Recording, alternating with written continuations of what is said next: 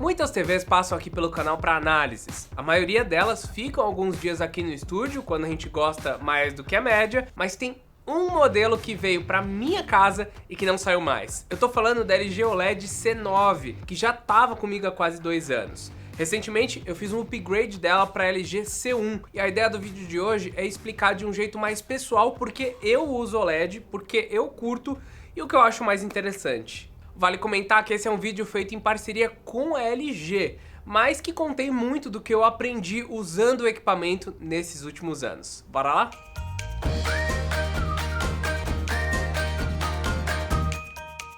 Bem, para começar, eu acho que a gente precisa falar um pouco sobre características de tela, já que esse é o principal motivo de a C9 ter ficado em casa e agora eu ter passado para C1. Quando olhamos para um televisor, nós precisamos pensar numa série de qualidades ou características.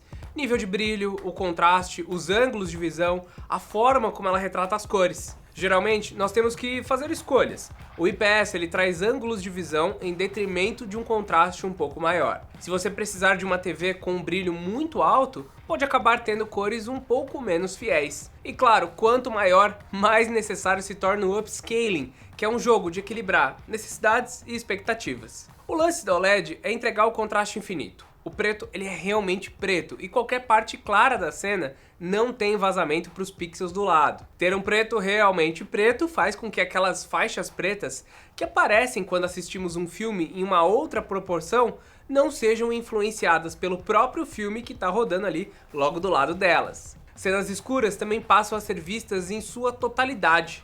Um bom exemplo de como o OLED faz diferença é ver um filme tipo Gravidade com a Sandra Bullock e o George Clooney. Nenhuma estrela ou informação sobrepõe a outra e tudo fica escuro como deve ser. E você ainda consegue ver as estrelas. Em modelos não OLED, pode ser que algumas estrelas no fundo preto acabem sendo iluminadas pela luz traseira do painel ou pela luz local, que apesar de ser pequena, nunca é do tamanho de um único pixel. Assistir seriados como Demolidor e Stranger Things em um OLED vão te fazer encontrar easter eggs e algumas outras nuances que podem ficar escondidas em outros modelos. Eu realmente gosto muito mais de assistir seriado escuro por aqui.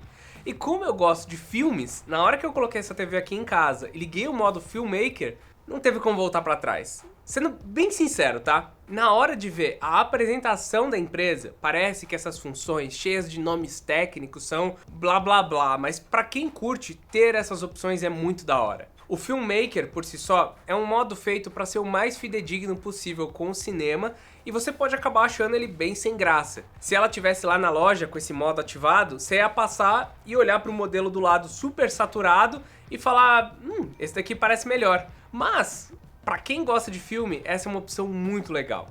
Ela tem o brilho reduzido, todas as funções de processamento são desabilitadas e até mesmo o True Motion é desligado para que conteúdos em 24 quadros por segundo pareçam com 24 quadros por segundo. E claro, tem mais aí uns detalhes específicos como o balanço de cores ajustado seguindo o padrão da indústria. Com esse modo Filmmaker que tira todo o processamento e as duas opções de modo especialista, um para dia e outro para noite, eu tenho um leque muito legal para apreciar filmes como arte, assim, ver tudo bonitinho. Claro que eu não preciso ficar ativando essas opções manualmente ali para ver um filme de comédia do Adam Sandler. Mas eu tava revendo Matrix recentemente e naquela cena inicial da Trinity eu percebi que tinha um pouco mais de coisa no quarto do que eu lembrava na minha mente. Eu achava que era tudo só um quarto escuro e daí eu vi que tem um monte de coisa atrás dela. Então nós temos muito mais informação nas sombras com esses filmes atualizados e com TVs boas que nem uma OLED. Além disso, o próprio Matrix ele tem uma estética mais voltada pro verde. Se você saturar muito, pode acabar tendo uma experiência totalmente diferente. Eu tô mostrando na tela umas fotos que eu encontrei de diferentes lançamentos do filme e olha só como as cores podem influenciar. De novo, eu acho muito legal ter esse modo cinema e junto com a visualização de cenas escuras, foi o que mais me chamou a atenção nessa TV, tá? Então assim, de novo, essa foi a principal característica, ter os filmes, ter as cenas escuras aparecendo, ter os detalhes, foi tudo isso que me atraiu pela OLED. Mas se você quiser uma tela mais saturada, a OLED também tem um modo dinâmico. Mas em questão de brilho, apesar de boa, certamente ela não é a mais potente. Apesar de eu conseguir assistir ela de dia de forma muito mais fácil do que outros modelos de entrada, a OLED não é para você colocar num lugar super iluminado ou com incidência de luz. Se você é chato igual a mim, até mesmo o reflexo de algumas luzes da sua casa podem atrapalhar a sua sessão de cinema perfeita. Nessas situações, uma TV para ambiente externo, por exemplo, uma nanocell da própria LG pode ir melhor, mas à noite ou com menos luz é onde eu extraí os melhores resultados e consegui ver mais detalhes. Só que a LG tá criando um painel mais brilhante que é o OLED Evo. E como eu sei que quem tá aqui é porque adora TV como eu, nós chamamos o Igor Kraunisky, gerente de produtos LG, para explicar isso de uma forma um pouquinho mais técnica. A principal diferença da OLED Evo, além da questão do nome, que vem de evolução, é que efetivamente trocamos algumas questões de estrutura do painel. Nessa reestruturação que a OLED Evo sofreu, conseguimos aumentar a eficiência ao reduzir algumas questões orgânicas dentro do produto, que faz com que ele atinja picos de brilho maior. Isso é extremamente importante para melhor aproveitamento das questões de HDR, que vão incluir profundidade, controle de brilho e contraste e, obviamente, reprodução de cor. Importante falar que a reprodução de cor, por mais que ela receba maior incidência de brilho, que é até 20% superior aos painéis convencionais de OLED, a gente consegue ainda garantir 100% de volume de cor com 100% de consistência de cor, ou seja, a cor reproduzida pelas OLED Evos é realmente precisa. Bem interessante, né? A gente testou a LG G1 também aqui no canal, mas ela para ser instalada na parede. E como eu moro de aluguel e já tenho um rack bonitinho, eu não quis mexer na parede, então eu já tô feliz o suficiente com o brilho da C1 pro meu tipo de uso. Então ela continuou por aqui, eu não fiz a troca. Só que além de assistir filmes, eu também curto jogar. E tanto a C9 como a C1, elas entregam algumas características importantes para a posteridade. Primeiro temos o painel de 120 Hz. Depois, o OLED tem tempos de resposta e input lag extremamente baixos. Olha, pra falar a verdade, eu nem sinto tanta diferença entre modelos com números um pouco maiores nesse quesito, mas no papel o OLED é melhor, então eu estou também melhor preparado. O mais importante pra mim, na verdade, é o fato de que as 4 entradas HDMI já são 2.1.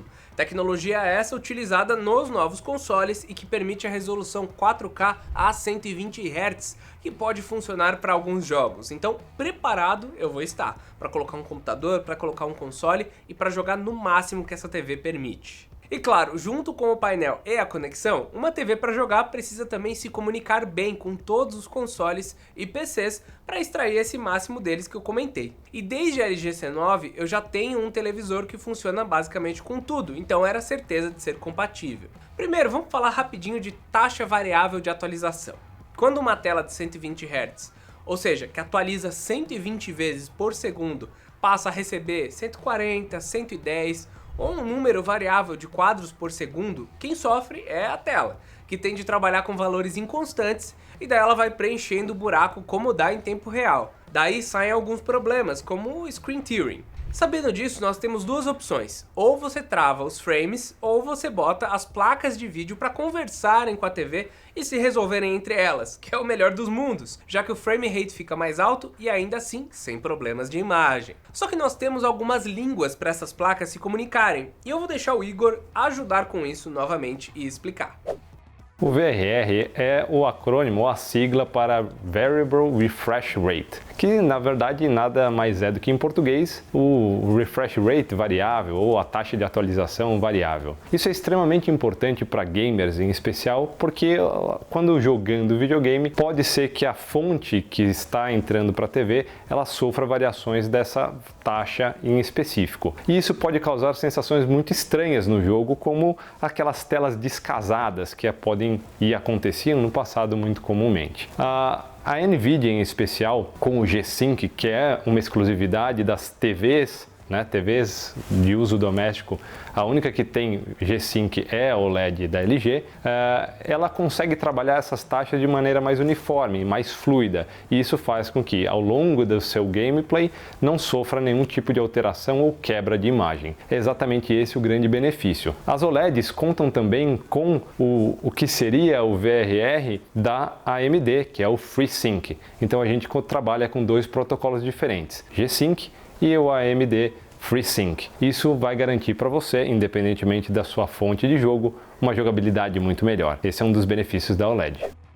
Ah, e ficou faltando eu falar de uma atualização bem interessante que chegou para C1, que é o Game Optimizer. É uma central de opções que não só te dá uma visão do que está sendo utilizado no momento, como abre um pouco mais o número de configurações que você pode realizar, com estabilizador de pretos, de brancos, ativação do Motion Pro, ajuste de input lag e ativação de inteligência artificial para melhorar o som. São adendos bem legais para aqueles que gostam de fuçar nos detalhes dos jogos, como eu gosto de mexer em filmes também. Tudo isso veio junto com o WebOS 6, que segundo o Igor, mudou bastante o seu layout para ter uma página principal centralizando não só todo o seu conteúdo, como oferecendo indicações melhores e com informações de casa conectada. Eu gostava bastante da versão anterior, colorida do sistema, mas agora realmente tem bem mais opção na tela em um mundo onde nós temos muito mais serviços de streaming brigando pela nossa atenção, então fica mais fácil de ver tudo que você tem disponível. O WebOS, aliás, é um dos sistemas mais completos de TV, um dos poucos que tem Twitch, mas como sempre, não dá para esperar que o sistema receba atualização para a nova versão. A C9 veio com o WebOS 5 e correções de erro eram realizadas constantemente, mas a versão 6 ficou só para os modelos de 2021. Vale só comentar que você não fica na mão sem o sistema novo, tá? Meu pai tem uma TV LG que começou lá com o WebOS 3.2 e ela ainda tem todos os principais aplicativos. O que pode ficar faltando são aplicativos novos, como o HBO Max, que está disponível a partir da versão 4, e o Apple TV Plus, que chegou nos modelos da LG a partir de 2018. O próximo passo é falar do controle, que é um ponto que para mim é uma mescla de opinião. Eu particularmente não gosto de tanto botão, eu não uso os atalhos e vira e mexe eu clico em alguma coisa errada. E olha, pra que tem tanto número? No fim, eu realmente prefiro menos botão, mas na minha família eu sou basicamente o único. Todo mundo adora esse controle aqui. Só que eu gosto bastante de uma característica que esse controle aqui tem e que ele próprio resolve tudo, tá? Porque ele conta com um sensor interno que o transforma quase em um mouse na tela. Parece besteira, mas a gente passa a ter algumas formas adicionais de se comunicar com a TV, já que pro básico é só usar os direcionais. Mas se você quiser fazer alguma coisa, quiser clicar ou mexer mais rápido, você passa a ter esse ponteiro aí que melhorou muito ano a ano. Além disso, dá para também você preencher alguns campos utilizando o sistema de voz. E olha, a gente já testou TVs que davam uma engasgada na hora que você apertava aí para falar com o microfone, mas a OLED, como uma topo de linha, tem um serviço muito mais prático e é só clicar, falou, ela já responde, é realmente bem legal de usar. E para fechar a minha opinião, tem dois pontos importantes, som e design. Eu acho que os 40 watts RMS da C1 são bem suficientes para minha sala pequena, mas eu tô namorando aí um upgrade de soundbar depois de testar algumas soundbars da própria LG recentemente, então tô querendo aí aumentar um pouquinho mais.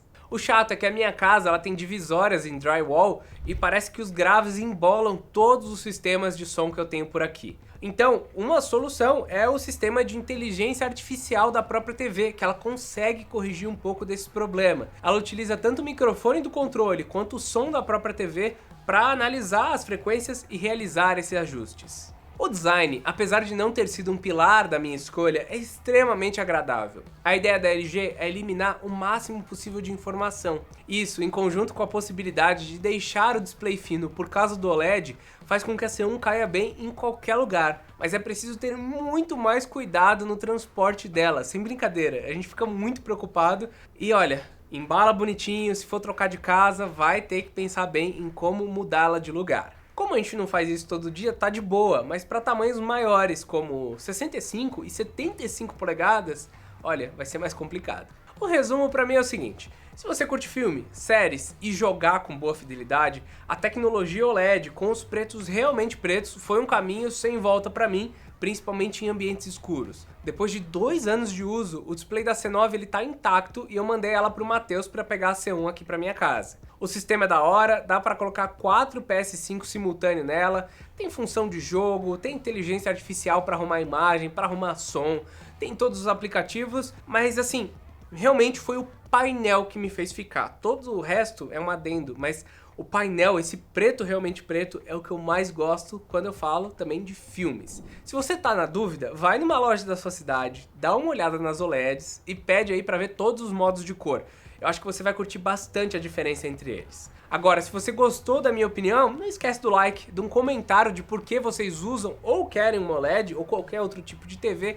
E claro, se inscreve para receber ainda mais vídeos como esse de guia de compra e tecnologia. Eu espero vocês no próximo vídeo e até mais!